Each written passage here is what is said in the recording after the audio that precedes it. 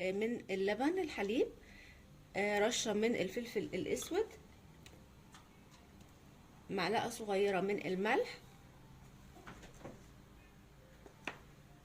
معلقة صغيرة من مرقة الدجاج، ودي اختياري، لو حابين ما تحطوهاش ما تحطوهاش، حط شوية كمان. ودلوقتي هنزل بحبتين من البيض. كل كوباية من الحليب عليها بيضاية، يعني احنا لو هنزود 3 كوبايات حليب هيبقوا 3 بيضات. هقلب بقى كويس. دلوقتي دوبنا البيض كويس جدا.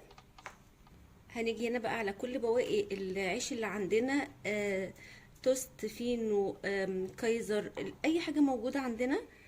معايا هنا شوية من اللحوم الباردة، اي حاجة، لانشون، هوت دوج، بواقي فراخ، بواقي لحمة، اي حاجة اي حاجة. دلوقتي بقى هنزل بالخليط اللبن والبيض اللي معايا، بس هحاول بقى اوزعه كده، اشرب كل الخبز اللي معايا كويس جدا.